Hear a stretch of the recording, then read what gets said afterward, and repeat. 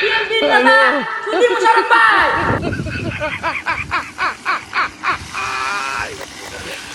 ওরা কেন?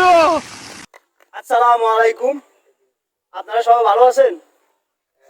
ওকে। আপনারা অবশ্য আলা ছিলেন। আমি দীর্ঘদিন ত্যাগে বিএনপি করি।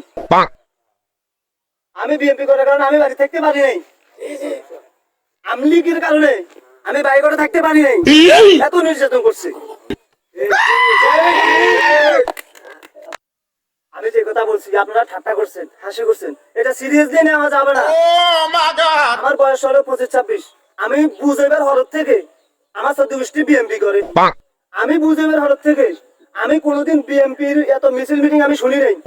কারণ বাড়ির থেকে বাইরে হলে ফিরে তো বুঝছে।